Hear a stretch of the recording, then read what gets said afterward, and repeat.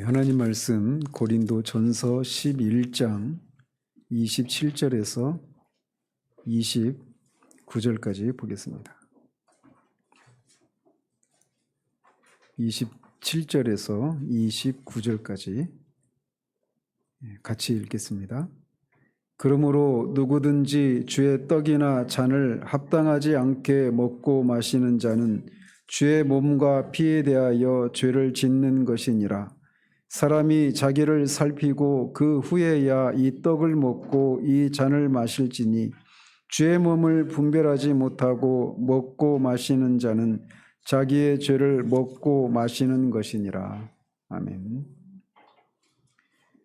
지난주에는 78문답 그리고 79문답을 통해서 성찬에 대한 오류, 두 가지 오류, 화채설과 기념설 이것에 대해서 살폈고 또 성찬이 주는 유익이 무엇인가에 대해서 살펴보았습니다. 오늘은 세 가지 문답을 보는데 먼저 80문답에서는 성찬과 로마 카톨릭의 미사는 어떤 차이가 있는지, 그리고 81문답 2문답을 통해서는 누가 성찬에 참여할 수 있는지, 성찬에 참여할 수 없는 사람에 대해서는 어떤 조치를 취해야 되는지 이런 내용을 살펴보도록 합니다. 먼저 80문답 좀 길긴 한데 천천히 속도를 맞춰서 같이 읽도록 하겠습니다. 주의 성찬과 교황주의자들의 미사는 어떤 차이가 있습니까? 주의 성찬은 그리스도께서 친히 십자가 위에서 단번에 이루신 유일한 제사로 말미암아 우리의 모든 죄가 완전히 사해졌음을 증거하며 또한 성령으로 말미암아 우리가 그리스도께 접붙임을 받는다는 것을 증거하는데, 그는 그의 인성에 따라서는 이제 땅에 계시지 않고 하늘에서 아버지 하나님의 우편에 계시사 거기서 우리에게 경배를 받으시기를 원하십니다. 그러나 미사는 사제들에 의해서 지금도 그리스도께서 날마다 드려지지 않으면 산자든 죽은 자든 그리스도의 고난을 통한 죄사함을 받지 못한다고 가르칩니다. 또한 그리스도께서 떡과 포도주라는 형체 속에서 몸으로 계심으로 그 속에서 경배를 받으셔야 마땅하다고 가르칩니다. 그러므로 미사는 근본적으로 예수 그리스도께서 단번에 들으신 제사와 고난을 부인하는 것이요 또한 저주받을 우상 숭배 이외에 아무것도 아닙니다. 우리가 미사라고 하는 용어를 많이 들으셨을 거예요. 그런데 이 미사가 어떤 의미가 있는지 우리가 방금 읽은 것처럼 이제 굉장히 그리스도의 속죄 사역을 완전히 부인하는 것이면서 또 동시에 우상 숭배에 불과하다라고 하는 내용인데 어째서 그런지 이걸 살펴보도록 합니다. 그래서 80문답에서 핵심이 뭐냐면 이 성찬상을 식탁으로 볼 거냐 제단으로 볼 거냐 이런 차이입니다. 주님의 만찬, 즉 주님의 식탁으로 이해하면 주님께서 우리에게 주시는 것을 우리가 은혜로 받는 것입니다. 받는 것이라면 이거를 제단으로 이렇게 생각하면 우리가 제사를 드리는 거예요. 받느냐 드리느냐 이런 차이가 있는 겁니다. 식탁으로 보면 받는 것이고 제단으로 보면 우리가 드리는 겁니다. 그리고 이것을 결정짓는 건 어디에서 나오느냐? 주님께서 인성으로 지금 어디에 계시느냐? 이 입장에 따라서 받느냐 드리느냐 이런 것이 결정이 되는 겁니다.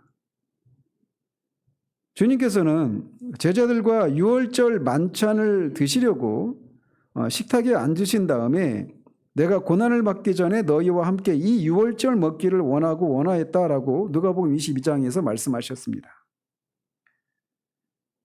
주님은 하나님의 어린 양으로서 십자가를 지시기 전날 밤에 유월절을 완성하시고 새 언약의 피로 성찬을 제정하시고자 하셨기 때문에 이런 소원을 가지셨던 겁니다.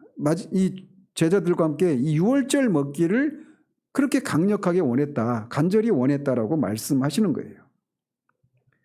주님께서는 유월절을 이제 완성하시면서 유월절이 예표하고 있었던 그 실제를 이제 십자가에서 죽으심을 통해서 유월절을 완성하시면서 성찬을 제정하셨는데 유월절은 기본적으로 뭐가 중심이 되어 있는 겁니까?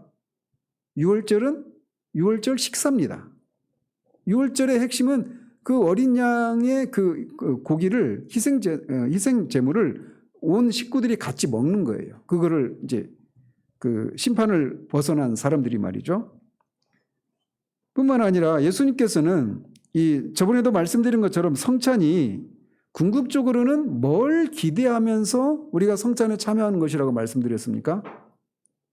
어린 양의 혼인잔치, 이 어린 양의 혼인잔치를 기대하면서 성찬을 제정하셨는데 혼인잔치 역시 기본적으로는 뭐가 중심이냐면 식사입니다. 식사를 통해서 교제를 나누는 거예요. 유월절도 식사요, 어린 양 혼인잔치도 식사가 중심을 이루고 있단 말이에요. 그래서 그 유월절을 완성하고 어린 양 혼인잔치를 내다보는 이 성찬, 이 떡과 포도주로 제정한 이 성찬 역시 핵심은 식사라는 겁니다. 식사는 어디에서 나눕니까? 식탁에서 나누는 거죠. 그래서 식사의 자리에서는 주인이 먹을 것을 떼어서 나누어 줍니다. 이제 우리가 그런 밥 문화와 이 떡 문화와 좀 달라서 좀 그 차이가 있는데 기본적으로 그런 식으로 식사를 나누죠. 그래서 주님께서는 떡을 가지고 감사의 기도를 드리시고 제자들에게 주시면서 이것은 너희를 위하는 내 몸이니 이것을 향하여 나를 기념하라 라고 말씀을 하셨습니다.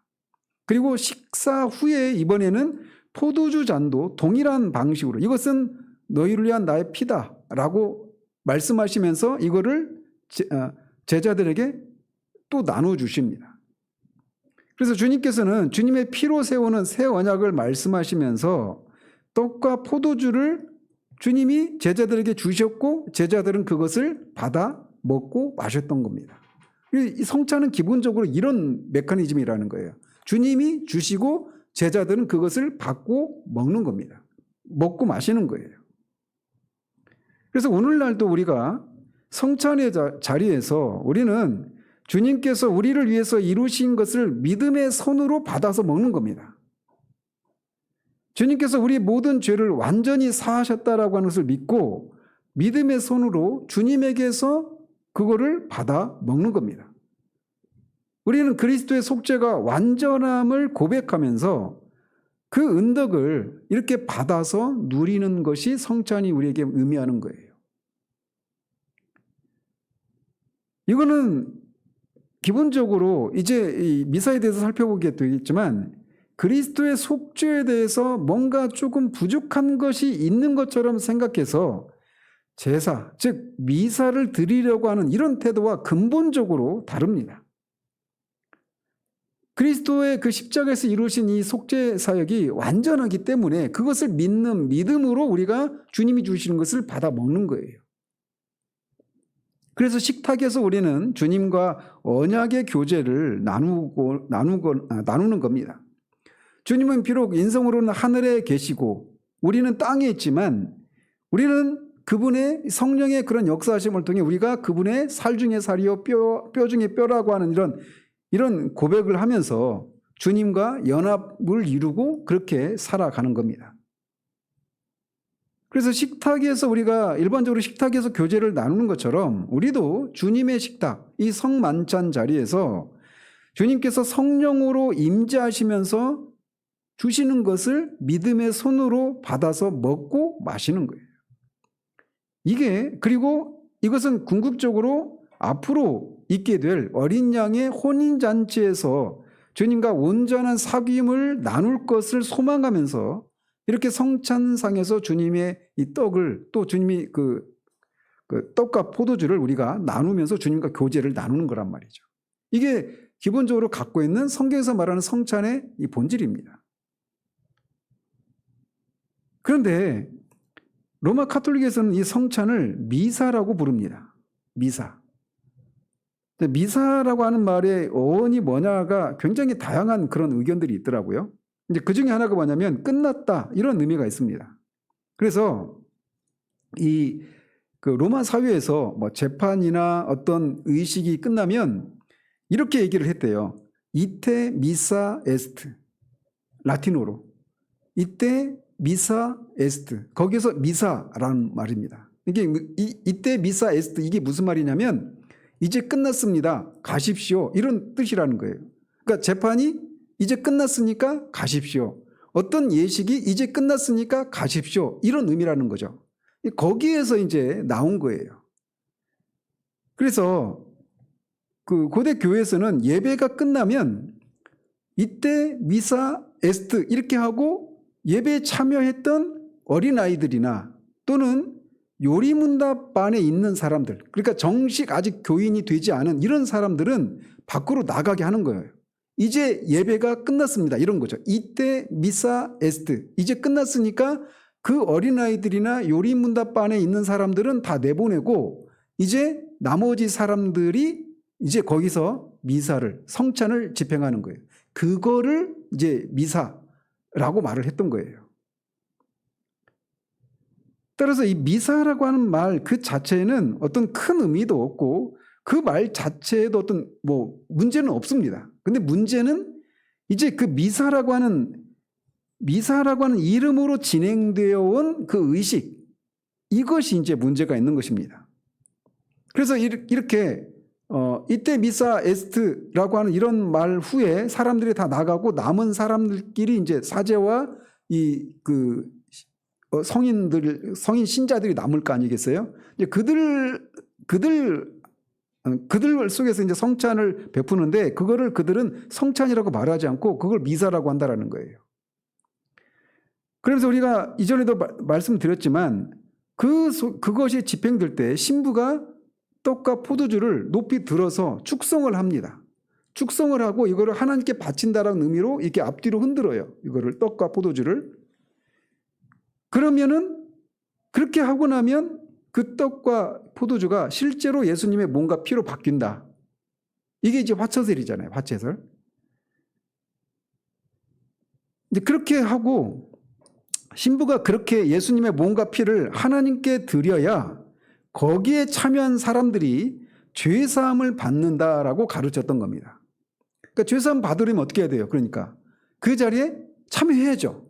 그리고 그 자리에 참여해서 그걸 먹고 마시기만 하면 자동적으로 죄사함을 받는, 이걸 이제 엑스 오페레 오페라토라고, 성례의 사효성, 그거를 성례를 집행하기만 하면 자동적으로 그 효력이 발생한다, 이런 의미로 얘기를 했던 거예요.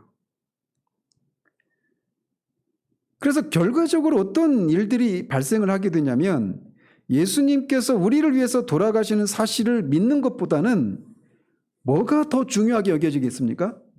신부가 이렇게 축성을 하는 그 행위, 이게 더 축성을 하고 이거를 하나님께 드리는, 이게 더 중요한 의미가 되는 거예요.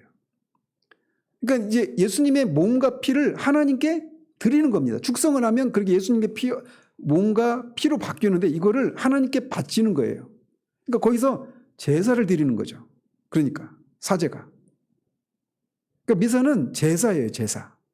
희생제사를 다시 사제에 의해서 다시 드리는 겁니다. 축성을 하는 순간 몸과 떡과 포도주가 몸과 피로 바뀌어서 이거를 하나님께 드리고 그거를 받아 먹으면 그 자리에서 죄사함을 받는 거예요. 이게 그들이 가르치는 내용입니다. 그래서 화채제를 주장하는 사람들은 하나님께서 떡과 포도주, 예수님께서 떡과 포도주의 그 속에 계신다고 믿기 때문에 떡과 포도주를 매우 신성시하죠. 그죠? 그래서 예수님의 몸의 그 떡이 예수님의 몸으로 그렇게 그렇게 바뀌었기 때문에 이제 그것이 예수님의 피예요. 이제 예수님의 몸이 살이에요. 그게. 이거를 예수님의 살이 빵 부스러기로 해가지고 떨어지면 안 되잖아요. 그러니까 이게 떨어지지 않도록 아시죠? 그 하얀색으로 얇은 거, 동전 모양으로 된 거. 그거를 사제들이 입을 벌리면, 성도가 와서 입을 벌리면 거기 입에 넣어주는 겁니다. 식탁에 앉아서 자기가 음식을 먹어야 하는데 제사로 생각하니까 이런 행위를 하는 거예요. 포도주는 어떻게 한다고 그랬어요? 포도주는 흘리면 안 돼요. 이건 진짜 예수님의 피니까. 그래서 이 포도주의 경우에는, 예수님의 피의 경우에는 일반 평신도들에게는 나눠주지 않고 신부들끼리만 마십니다. 이게 그들이 미사에서 행하는 것이에요. 그러니까 그거를 성만찬이라고 할 수가 없죠. 그냥 그들의 그 용어로 미사라고 말을 하는 거예요. 근데 이제 이게 문제가 되는데, 이게 처음부터 이렇게 했던 것이 어떤 측면에서 보면 성도들을 이게 내 몸이다, 이게 내 피다라고 한 이거를 좀 더 쉽게 이해할 수 있도록 돕기 위해서 그렇게 얘기를 했다, 도입이 됐다, 이렇게도 말할 수가 있는 겁니다. 신부가 손에 들고 있는 떡이 바로 예수님의 몸이 되었다가 하고, 그것이 예수님의 몸으로 변했기 때문에 그것을 받아 먹으면 죄의 용서를 받는다고 말하면서 사람들이 쉽게 이해하도록 그렇게 했던 거죠. 그래서 사람들로 하여금 좀 더 사람들이 쉽게 이해할 수 있도록 그렇게 가르치려고 그렇게 도입을 했는데, 결과적으로는 파괴적인 결과로 이어지게 된 거예요. 그들은 예수님의 십자가에서 이루신 이 속죄사역 자체를 부인하는 건 아닙니다. 그런데 이거를 좀 더 이해를 돕기 위해서 이렇게 도입하다 보니까 이제 파괴적인 결과가 일어나는데, 예수님이 십자가에서 이루신 그 일에다가 이 사제가 축성을 하고 이거를 하나님께 바치는 이 행위가 굉장히 중요한 것이 되고 마는 거예요. 그러니까 십자가에다 뭔가를 덧붙인 거죠.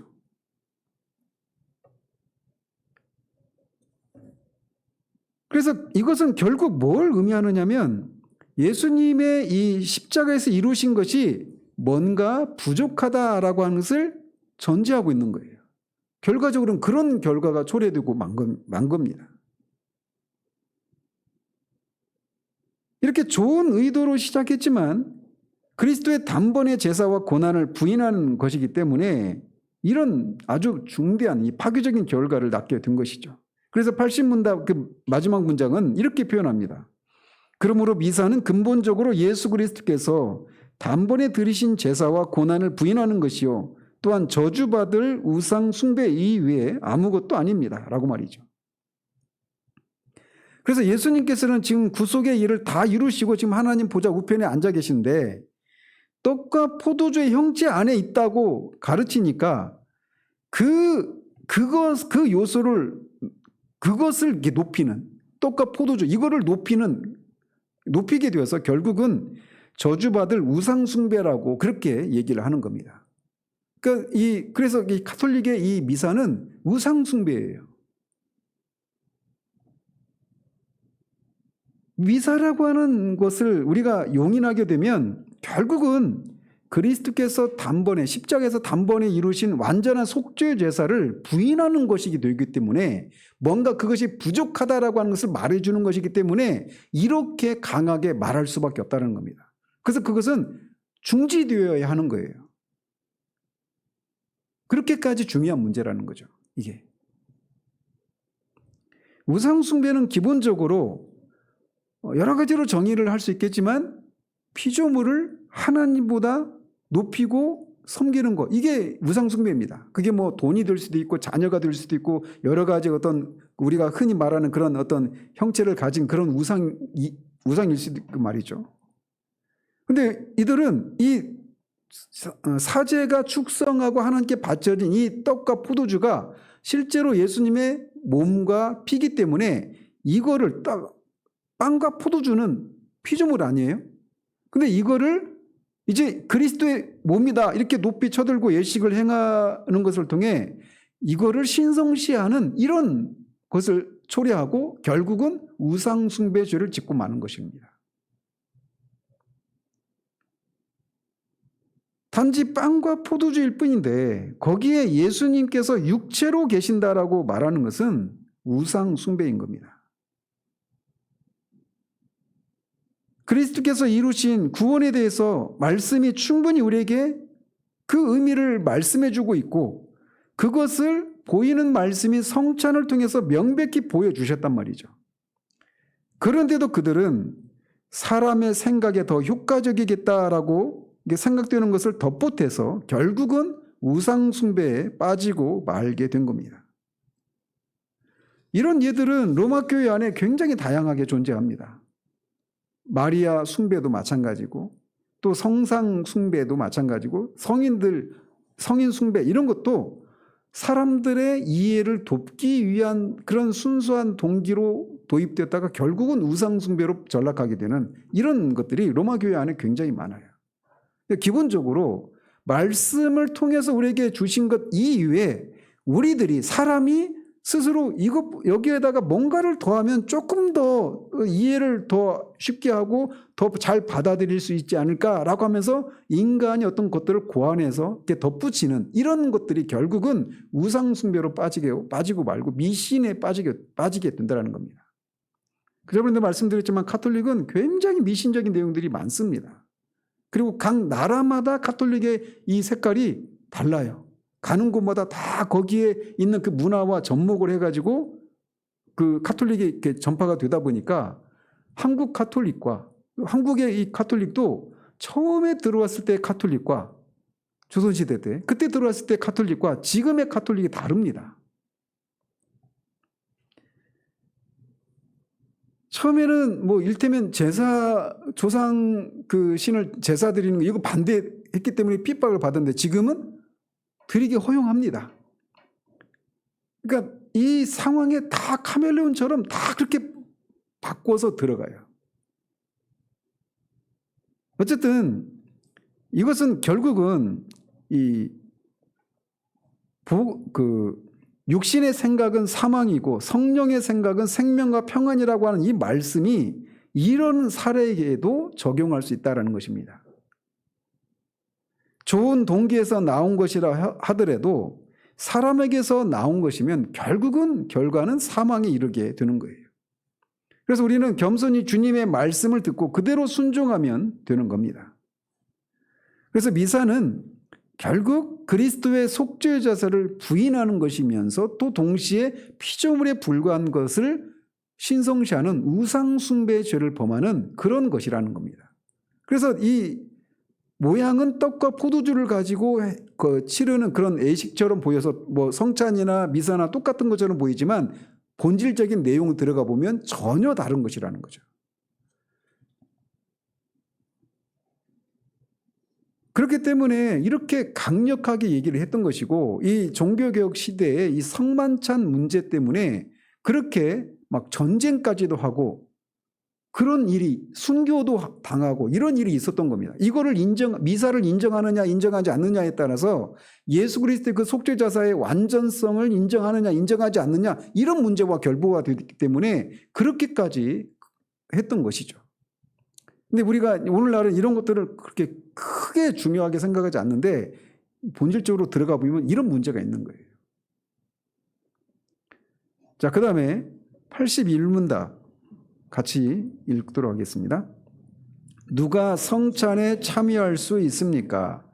자기의 죄로 인하여 자기 자신에 대해 진정으로 슬퍼하면서도 자기가 그리스도로 말미암아 죄사함을 받았음을 신뢰하며 또한 자기에게 남아있는 연약함이 그리스도의 고난과 죽으심으로 말미암아 가려진다는 것을 신뢰하는 자들과 또한 자기의 믿음이 더욱 강건해지고 자기의 삶이 바르게 고쳐지기를 사모하는 자들이 참여할 수 있습니다. 그러나 외식하는 자들과 진정한 마음으로 하나님께 돌아서지 않은 자들이 성찬에 참여한다면 그것은 그들 스스로 심판을 먹고 마시는 것입니다. 이렇게 성찬은 제사가 아니라 주님의 만찬이고 어린 양의 혼인잔치를 기대하는 것이라고 하는 것을 우리가 붙들고 있어야 됩니다. 그래서 우리는 성찬상에 모여서 그리스도께서 십자가에서 이루신 구원을 기념하고 또 장차 새하늘과 새 땅에서 있을 어린 양의 혼인잔치에 참여할 것을 기대하며 성찬에 참여하는 거예요. 그래서 과거를 돌아보고 십자가에서 이루신 일들을 우리가 과거에 이룬 일들을 돌아보고 그리고 또 미래에 일어날 일들을 내다보는 방식으로 성찬에 참여하는 거란 말이죠. 그런데 이 성찬이 그런 것이기 때문에 미래에 일어날 이 어린 양의 혼인잔치를 기대하는 이런 측면이 있단 말이에요, 성찬에. 근데 이 성찬에는 아무나 참여할 수 있는 것이 아닙니다. 왜요? 이 성찬이 어린 양의 혼인잔치를 내다보는 것이라고 그랬잖아요. 근데 어린 양의 혼인잔치는 새하늘과 새 땅에서 이루어지는 일이에요. 그리고 거기는 아무나 들어갈 수 있는 게 아니죠. 거기에는 들어가려면 왕의 아들의 혼인잔치이기 때문에 마태복음 22장에서 말하고 있는 것처럼 왕으로부터 초청을 받은 사람만 참여할 수 있어요. 근데 초청을 받았다고 해서 다 거기 혼인잔치에 참여할 수 있는 것도 아닙니다. 초청을 받았을 뿐만 아니라 뭐가 필요해요? 예복이 필요합니다. 예복이. 그거를 이제 요한계시록에서는 세마포로 된 흰 옷을 입고 참여한다 이렇게 말을 하죠. 그래서 그리스도의 피로 우리가 깨끗하게 되었기 때문에 이 세마포로 된 흰 옷을 입고 우리가 그렇게 참여한다라고 말을 하는 겁니다. 그래서 이 81문답에서는 성찬에 참여할 수 있는 조건을 세 가지로 설명을 합니다. 첫 번째는 뭡니까? 첫 번째는 자기의 죄로 인해서 자기 자신에 대해 진정으로 슬퍼하는 사람이 참여한다 이렇게 말을 합니다. 근데 이제 여기서 우리가 주의할 필요가 있는데, 표현이 있는데 뭐냐면 자기의 죄로 인하여 자기의 죄에 대해서 진정으로 슬퍼하는 사람 이렇게 말하고 있지 않고 자기의 죄로 인해서 자기 자신에 대해서 진정으로 슬퍼하는 사람, 이 사람이 참여할 수 있다 이렇게 말하고 있습니다. 그러니까 죄에 대해서 슬퍼하느냐 자기 자신에 대해서 슬퍼하느냐 이 차이입니다. 이게 굉장히 중요한 차이입니다. 별거 아닌 것 같지만 사실은 굉장히 중요해요. 우리가 분명히 자기 죄로 인해서 우리 죄에 대해서 슬퍼하는 것이 필요한 건 사실입니다. 그런데 그것만이 아니라 그런 죄를 짓는 자기 자신에 대해서 슬퍼하는 것, 이게 있어야 된다는 겁니다. 만약에 자기 죄에 대해서 슬퍼하는 것이 필요하긴 하지만 거기서 멈추면 결국은 자기 자신을 죄로부터 근본적으로 돌이키는 일은 하지 않게 되기 때문에 그래요. 그러니까 만약에 자기 죄로 인해서 그 죄를 슬퍼하는 이런 것에 머무르면 어떤 것을 어떻게 적용이 되느냐면 이런 식이죠. 그러니까 내가 그때 그 죄를 짓지 말았어야 되는데 그 죄를 짓도록 나를 꼬드겼던 그 사람의 꼬임에 내가 넘어가지 말았어야 되는데 이런 차원에서 머무르는 겁니다. 자기 죄를 슬퍼하는 그 죄에 대해서 슬퍼한다라고 하는 것은 그런 의미가 있는 거예요. 그러니까 어때요? 내가 그 죄에 대한 꼬임을 받지 않으면 죄를 짓지 않을 수 있다라고 하는 생각이 깔려 있는 거죠. 그런 생각에는.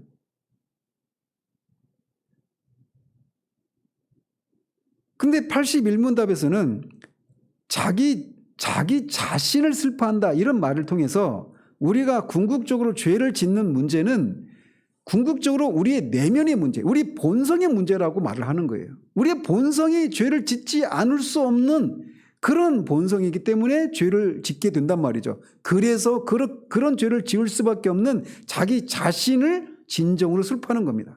이거를 내가 어떻게 할 수가 없잖아요. 본성 자체를 우리가 어떻게 바꿀 수 있습니까? 내가 이렇게 생겨났는데 이거 바꿀 수가 없단 말이에요. 그래서 이런 나의 이런 부패한 본성 때문에 죄를 지을 수밖에 없는 자기 자신을 진정으로 슬퍼하는 사람이 성찬에 참여할 수 있다 이렇게 얘기를 하고 있는 겁니다. 다윗은 밧세바를 범하고 그 남편 우리아를 살인 교사를 하죠. 그리고 나서 나단 선지자의 지적을 받고 자신의 죄를 회개하죠. 회개하면서 고백한 게 뭡니까? 자기가 모태에서부터 잉태할 때부터 죄인이었다라고 얘기하고 있어요.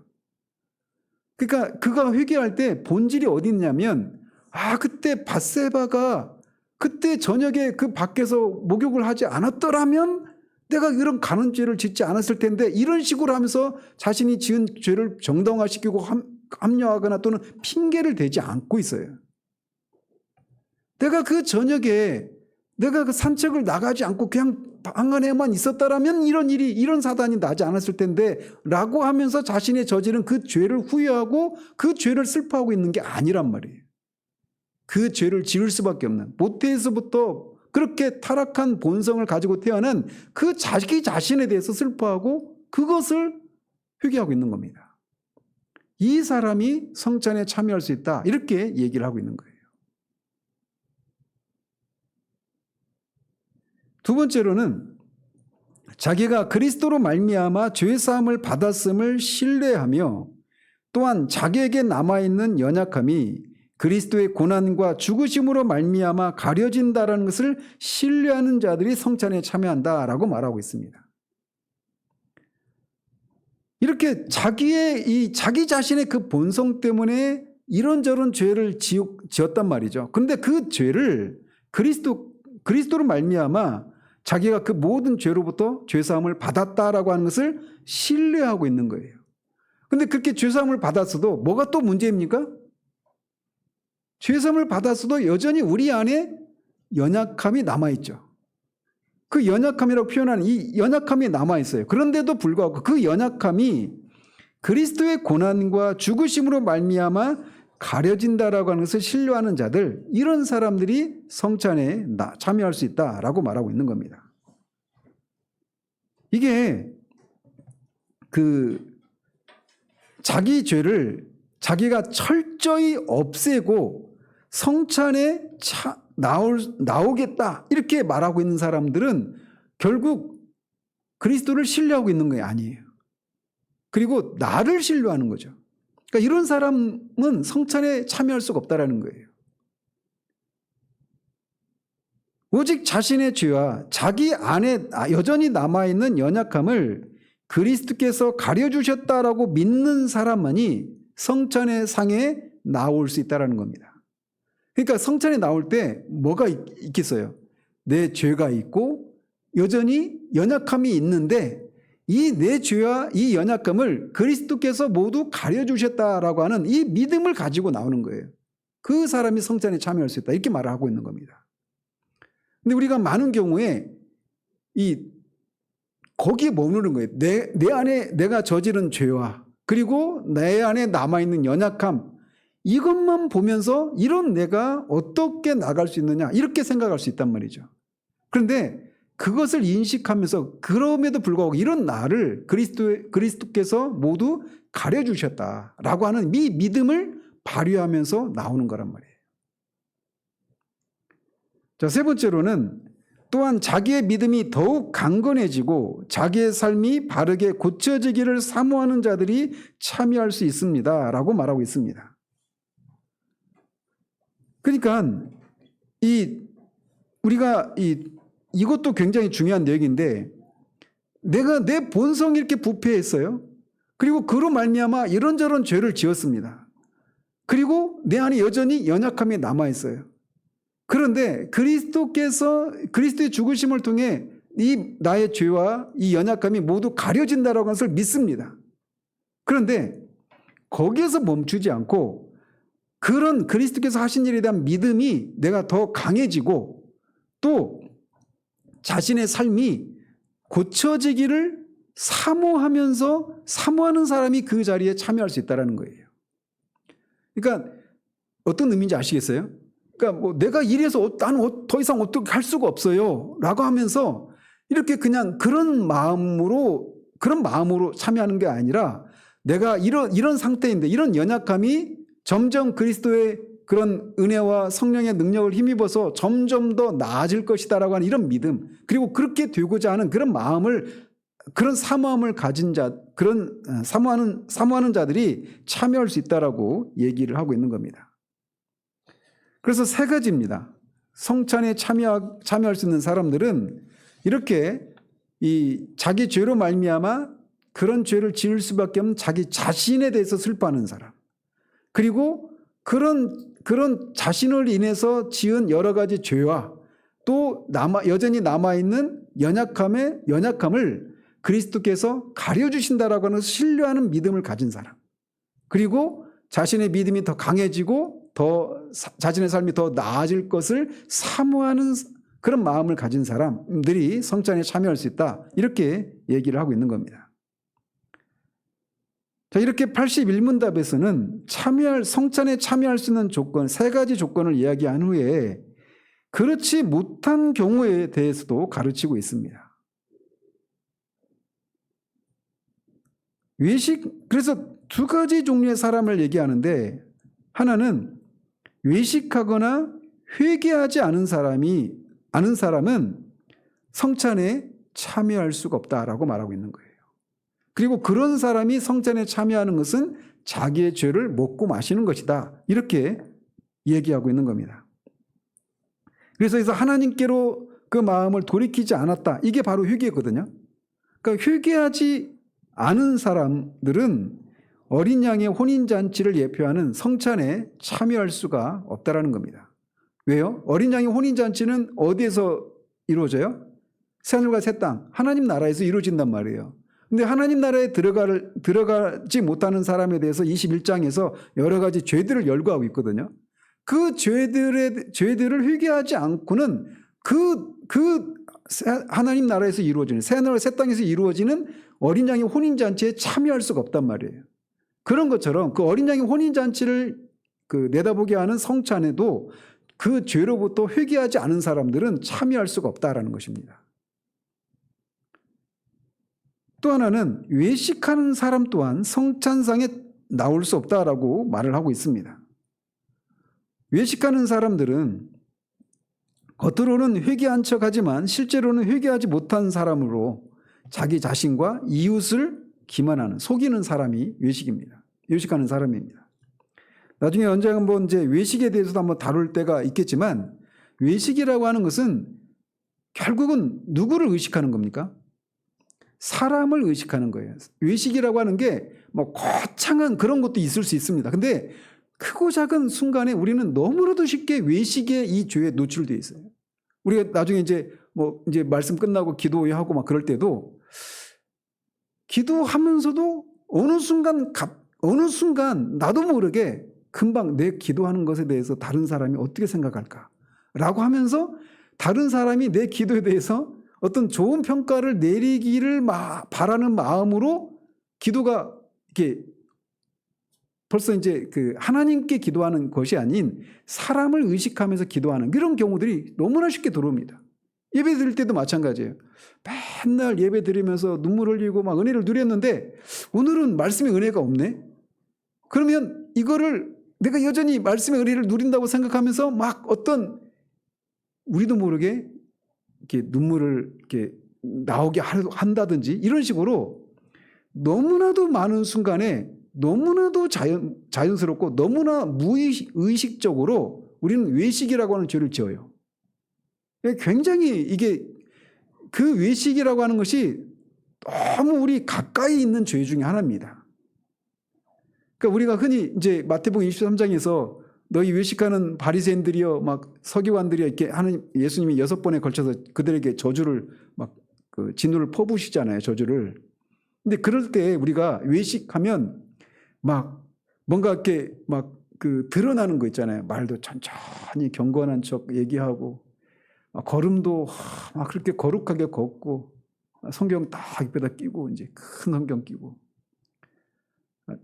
이게 이제 제가 지나가면서 말씀드리지만 우리가 어떤 형제님이 저한테 이제 카톡으로 좀 긴 문자를 보냈는데 아직 제가 답을 못했어요.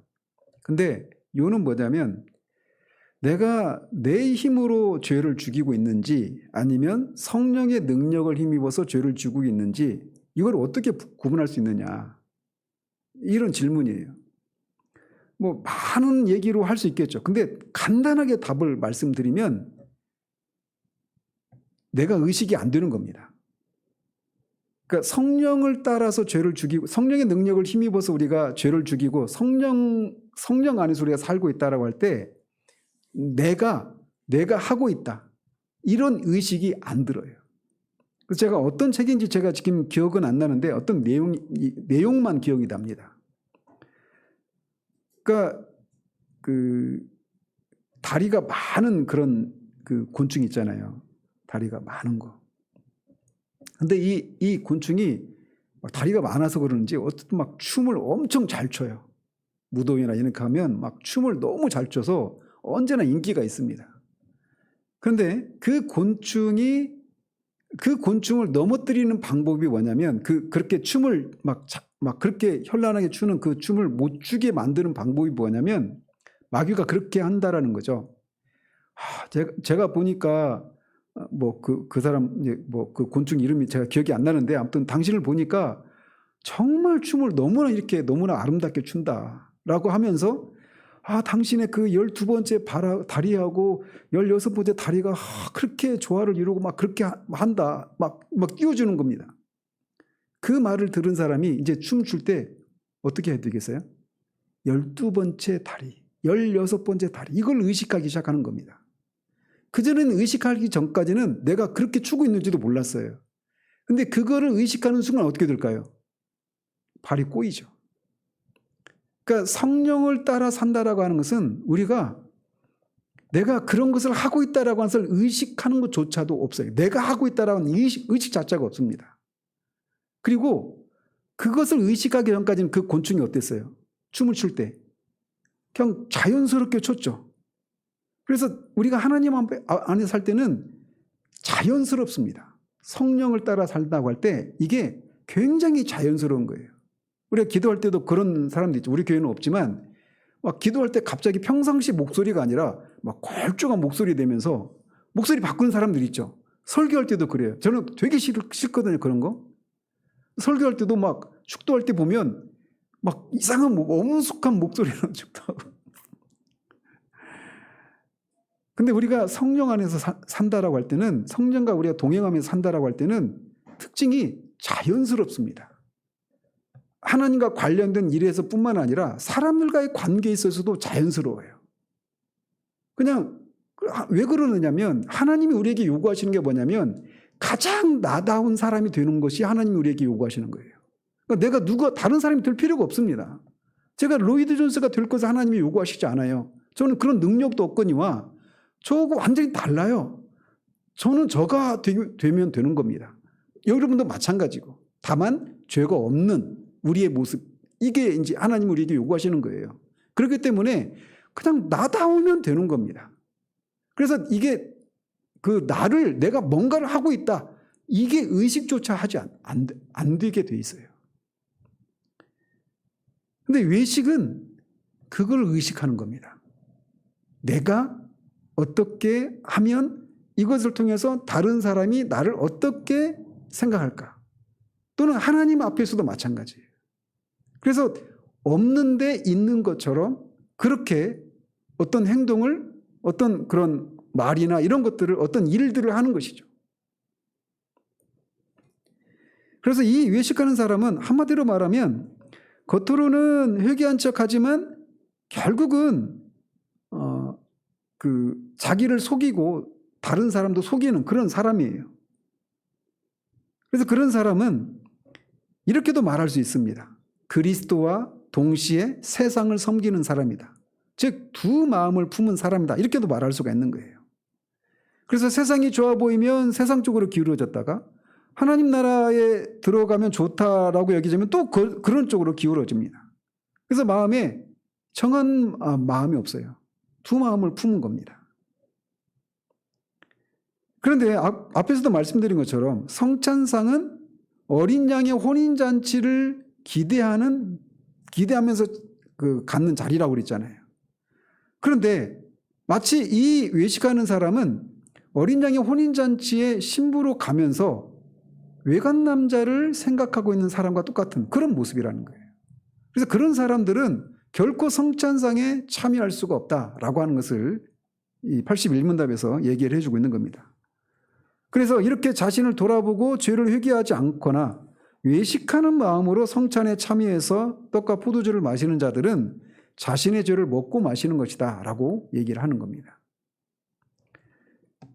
그 결과 이렇게 자신을 돌아보지 않고 성찬의 떡과 포도주를 마신 결과 우리가 읽지 않았지만 이 고린도 교회에 병에 들린 사람들, 또 잠든 사람들, 잠든 사람은 죽은 사람을 가리킵니다. 이런 사람이 생기기도 했던 거예요. 자, 그래서 이 81문답은 어떤 사람이 성찬에 참여할 수 있는지 세 가지 조건, 그리고 참여할 수 없는 두 가지 그런 부류에 대해서 얘기를 합니다. 자, 그 다음에 82문답 같이 한번 읽습니다. 자신의 고백과 생활에서 믿지 않음과 경건치 않음을 드러내는 자에게도 이 성찬이 허용됩니까? 아닙니다. 그렇게 되면 하나님의 언약이 더럽혀져서 하나님의 진노가 모든 회중에게 내릴 것입니다. 그러므로 그리스도와 그의 사도들의 명령에 따라 그리스도의 교회는 천국의 열쇠를 사용하여 그러한 자들이 생활을 돌이킬 때까지 성찬에서 제외시킬 의무가 있습니다. 그래서 이 성찬이 이런 내용을, 어린 양의 혼인잔치를 기대하는 그런 내용을 품고 있는 것이기 때문에 우리는 자기 자신을 돌아보고 그렇게 성찬에 참여해야 합니다. 그런데 이렇게 이 책임이 개인에게만 주어져 있는 게 아니라는 겁니다.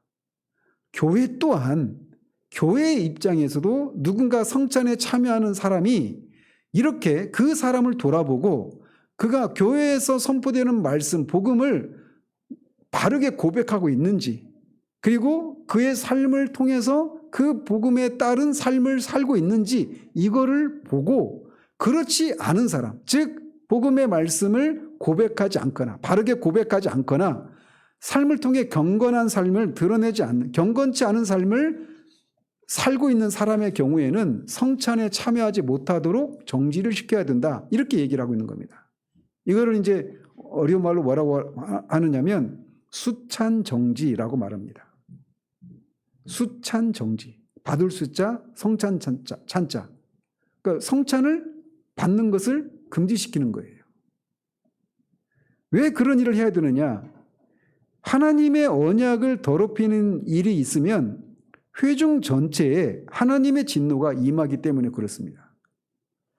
우리가 개인으로 이렇게 성찬에 참여한다고 생각하지만 사실은 우리가 성찬에 참여할 때는 교회로서, 그렇게 교회가 이 언약에 참여해서 이 교회에 베풀어 주신 주님의 성찬에 우리가 참여하는 그런 의미가 있단 말이에요. 그래서 구약에서도 그런 사례들이 많죠. 여호수아 시대 때 아간이 그 금지된 그런 것을 숨겨서 훔치는 것 때문에 이스라엘 전체에 화가 미쳤잖아요. 오늘날도 그렇다라는 겁니다. 오늘날 신앙이 너무 개인주의적인 그런 신앙이 팽배해 있지만 하나님은 변함이 없으십니다. 성찬은 그리스도와 연합하는 것이면서 동시에 그리스도의 몸인 교회와 연합하는 것이기도 합니다. 따라서 우리가 성찬에 참여할 때 교회가 성찬에 참여하는 이 문제에 대해서 감독할 필요가 있는 거예요.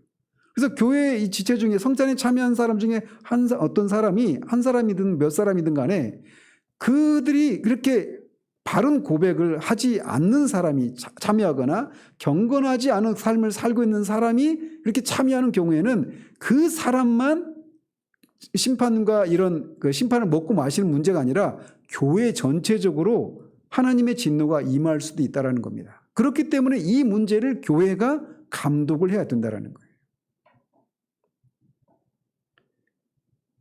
근데 오늘날 사실은 이제 그런 경우에 뭐라고 말하고 있느냐면, 그렇게 교회에서 선포되는 말씀을 온전히 믿지 않을 뿐만 아니라 행동에서도 경건하지 않음을 드러내는 사람은 어떻게 하라고 합니까? 뭘 사용해서? 천국의 열쇠를 사용해서 그러한 자들이 생활을 돌이킬 때까지 성찬에서 제외시킬 의무가 있다. 누가? 교회가. 천국의 열쇠가 뭐냐? 이건 이제 다음 주에 이제 살필 건데 두 가지입니다. 말씀 선포와 권징이에요. 특히 여기서는 이제 권징과 관련되어 있죠. 수찬 정지는.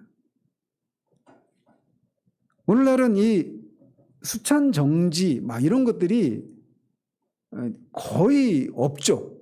근데 있는 데는 또 이것이 완전 막 그냥 교회 정치적으로 악용을 하거나 아예 없거나 그래요. 근데 이게 이 교회가 이거를 잘못하면 교회 전체가 하나님의 진노를 받을 수 있다는 거예요. 이 문제에 대해서. 근데 이게 뭐 오예배, 이번 주 오예배도 뭐 잠시 이런 문제를 잠시 언급하겠지만, 이렇게 이 교회가 이런 책임을 방기하면 교회 공동체에 하나님의 진노가 임합니다. 교회 공동체에 하나님의 진노가 임하는 방식은 여러 가지가 있겠죠. 가장 첫 번째는 뭘까요? 말씀의 은혜가 없어져 버립니다. 말씀의 은혜가. 그러니까 교회 안에서 발생한 어떤 죄들이 있어요. 죄들이. 근데 그 죄들에서 이제 천국의 열쇠를 사용한다라고 할 때는 이제 그 징계 권징 절차가 있습니다. 그거를 이제 목사나 이런 치료회에서 두세 사람이 가서 이제 권면하는 거죠. 죄에서 돌이킬 것을. 안 들으면 교회에게 알리고 이제 교회에서 이거를 선포하는 거예요. 이 사람은 이제 수찬 정죄가 되었다라고 하는 이런 내용을 선포하는 겁니다. 그렇게 가는데, 근데 만약에 그 사람이 어떤 죄를 지적했을 때 자신의 죄를 순순히 인정하고 자기의 죄를 회개하면 어떻게 돼요? 기꺼이 받아줘야죠. 근데 그렇지 않은 경우에는 이렇게 천국의 열쇠라고 부르는 이 권징을 통해서 그 사람이 성찬에 참여하지 못하도록 해야 되는 거예요. 그러니까 죄의 문제를 교회적으로 바르게 치리를 해야 된단 말이죠. 이게 안 되면은 교회 전체적으로 그런 하나님의 진노가 임해요. 말씀의 은혜가 없습니다, 일단. 저는 최근에 어떤 교회에서 큰 죄를 진 일이 있는데 그 죄를 그냥 덮어버리고 무마하고 넘어가는 이런 것을 봐요. 저 그거 보면서 그 교회는 이제 끝났다, 이런 생각이 들 정도입니다. 제가 아무튼 실제적으로 이제 어떤 목회자들이 그 죄를 지을 수 있잖아요. 저도 사람이니까 다 죄를 지을 수 있습니다. 짓지 말아야 되지만 지을 수 있어요. 근데 죄를 지었는데 이 문제를 그냥 덮고 그냥 소란스럽지 않게 은혜로 덮고 넘어가잖아요. 교회적으로 하나님의 진노가 임할 수 있어요. 그런 경우에는 교회가 그냥 영적으로 그냥 완전히 잠든 상태 같은 그런 상태가 됩니다. 그럼 예배를 안 드리고 그런 신앙생활이 없느냐? 하고 있어요. 다 있는데도 영적으로 하나님의 은혜, 말씀의 은혜가 일단 없습니다. 하나님의 인재를 느낄 수도 없고 그런 인도하심을 경험할 수 없는 그런 상태로 하나님이 교회 전체를 그렇게 내버려둘 수도 있어요.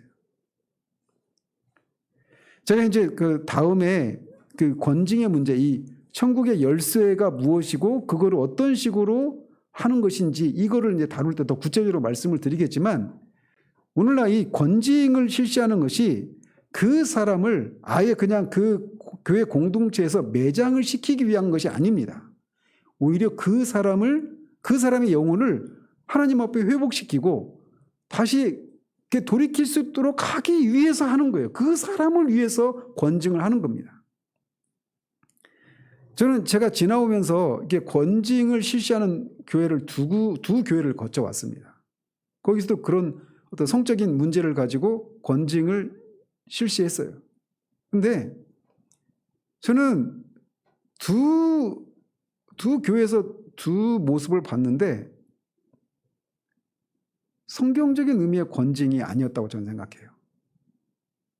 어떤 게 있냐면 제가 이런 얘기까지 들었습니다. 그 한 교회 그 목사님으로부터 우리 교회는 권징도 합니다. 어떤 마음인지 아시겠어요? 다른 교회들은 권징을 안 하는데 우리 교회는 권징도 합니다. 라고 하면서 우리 교회의 어떤 그 다른 교회보다 우리가 더 나은 교회다. 좋은 교회다. 성경적인 교회다. 이거를 위해서 권징도 합니다. 이렇게 권징을 한 것을 은근히 자랑하면서 얘기하는 얘기를 제가 들었어요.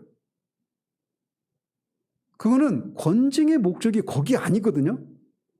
그 권징의 대상자인 영혼을 살리기 위한 거예요. 그러니까 이 권징이 시행될 때는, 성경적인 권징이 시행될 때는 교회 공동체 전체가 그 죄를 범한 그 형제를 불쌍히 여기고, 그가 그 영적인 깊은 죄를 지으면 영적인 깊은 침체 가운데 빠지잖아요. 우리가 뭐 어떤 죄를 짓고, 특히 음행의 죄를 짓고 그 죄에서 회복되는 것은 쉽지가 않습니다. 그 고린도 그 전서 6장에서 말하고 있는데, 음행의 죄에 대한 특별함에 대해서 얘기하잖아요. 음행의 죄의 특별함. 그 음행의 죄는 다른 죄와 달리 자기 몸에 죄를 짓는 것이기 때문에 특별하게 그 문제를 다룬단 말이에요. 근데 이 문제를 저는 한국교회 안에서 너무 쉽게 그냥 넘어가는 거 봐요. 그 교회에서 어떤 그 일하는 그 부교육자가 그게 이게 불거지지 않고 조용히 그 아직 불거지지 않은 상태 가운데서 후임자가 들어오고 교회가 조용히 넘어간 것이, 그걸 보면서 하나님이 사랑이시다, 이거를 느꼈다, 이런 얘기를 했다는 얘기를 건네 들었습니다. 건너.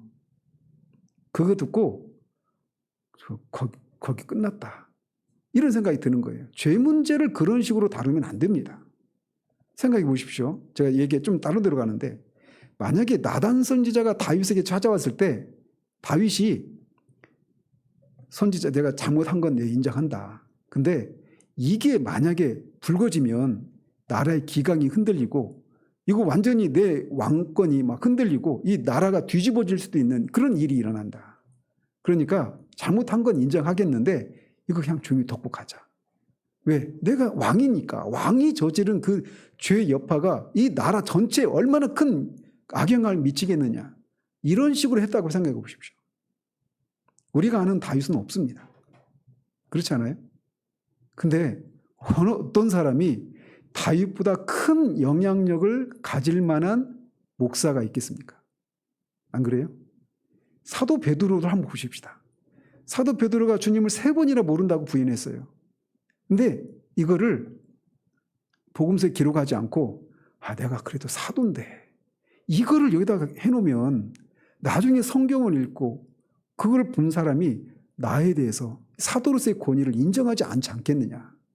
그 여파를 생각해서 좀 덮자. 내가 인정할게. 잘못했는데 그건 덮자. 하나님 결코 죄를 그렇게 다루지 않아요. 제가 죄 문제를 처리하는 이 모습을 보면서 그거 아닌데, 까발리는 게 아닙니다. 교회 공동체 안에서 이 죄 문제를 공동체적으로 해결하는 이게 있어야 되거든요.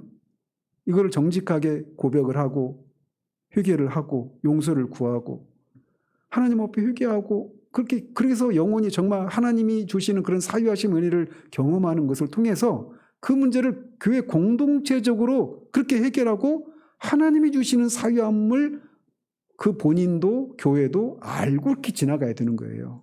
그래야 그 개인도 교회도 회복이 되는 겁니다. 근데 이거를 그냥 거의 대부분 덮어버려요. 조용히. 근데 우리가 이제 나중에 다음 주에도 이제 그 문제를 더 살펴보겠는데, 이게 무너져 버리니까 교회가 그냥 영적으로 그냥 완전히 죽어버리는 겁니다. 더 이상 어떤 생기가 없어요. 그냥 다니는 겁니다. 그냥.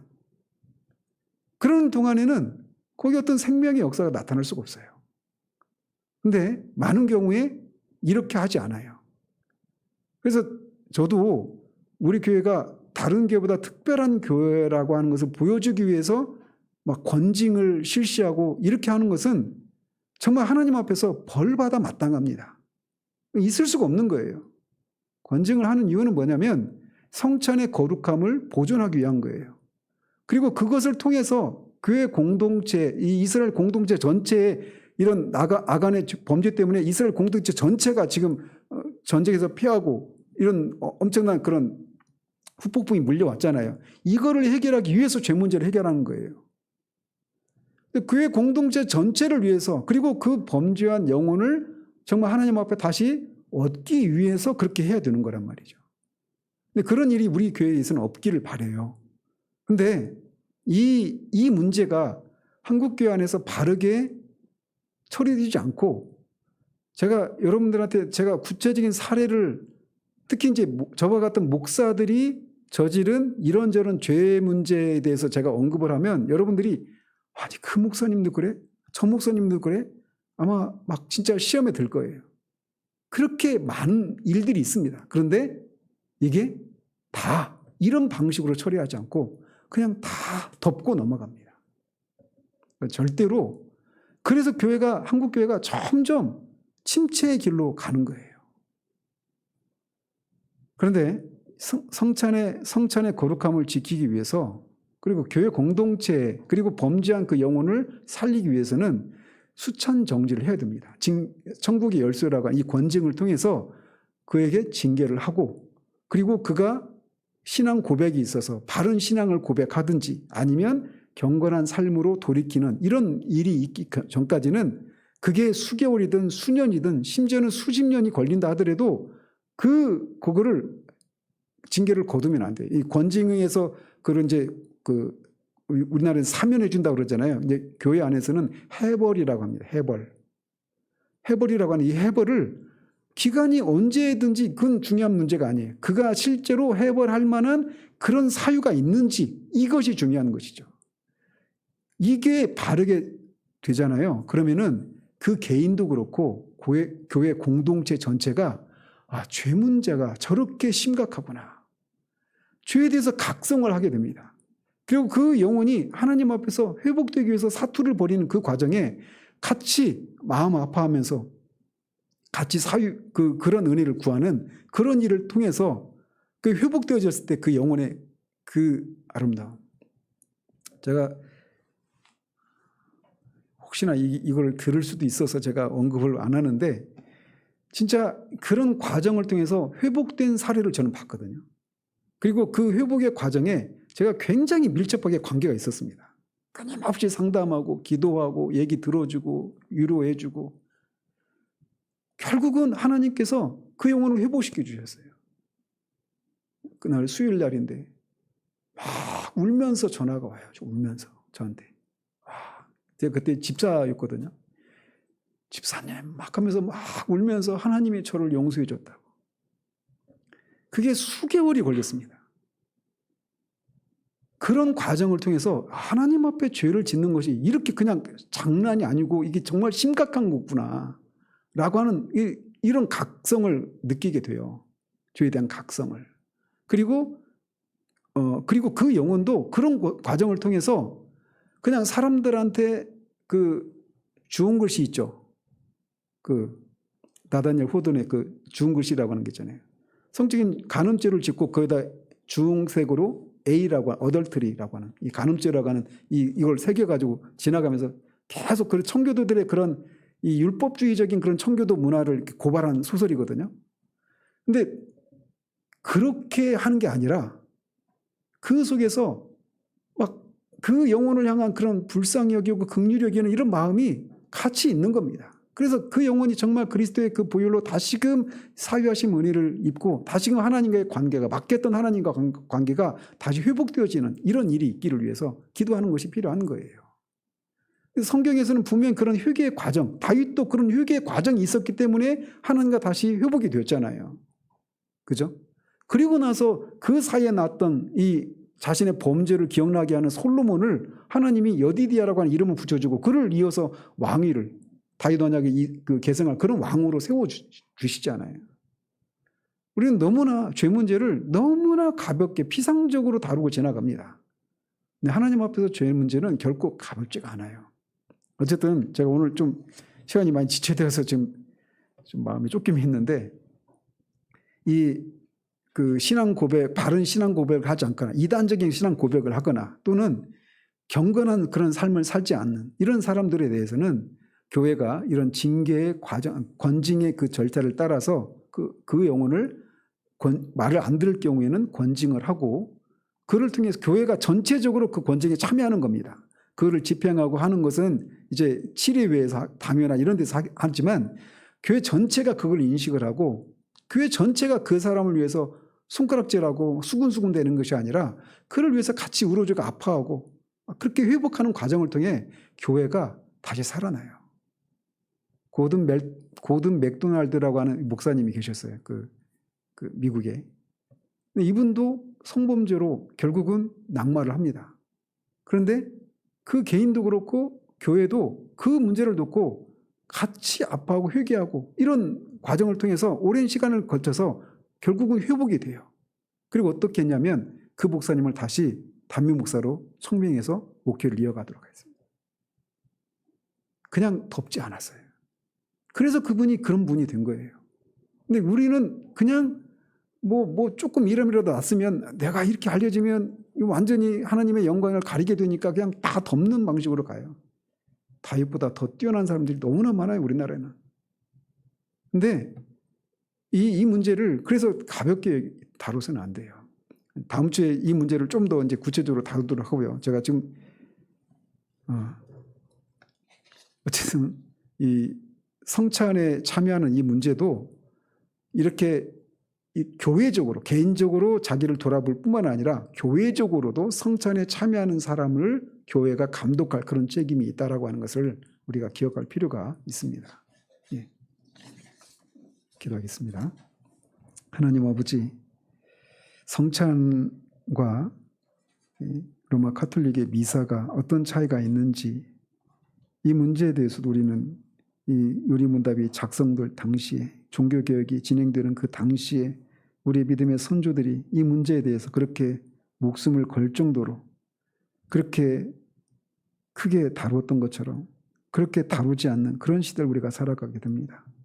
미사를 용인하게 되면 그리스도의 완전한 속죄제사를 부인하는 것이고 우상 숭배의 죄를 용인하는 것이기에 그것에 대해서 정말 목숨을 걸다시피 하며 그것을 반대했던 그 열심을 하나님 우리에게 다시금 회복할 수 있도록 하나님 도우시고 또 성찬에 참여할 수 있는 사람이 어떤 사람인지 또 거기에 참여할 수 없는 그런 죄를 범하고 있는 사람들에 대해서 교회가 어떻게 감독을 해야 되는지에 대해서 우리가 살펴보았습니다.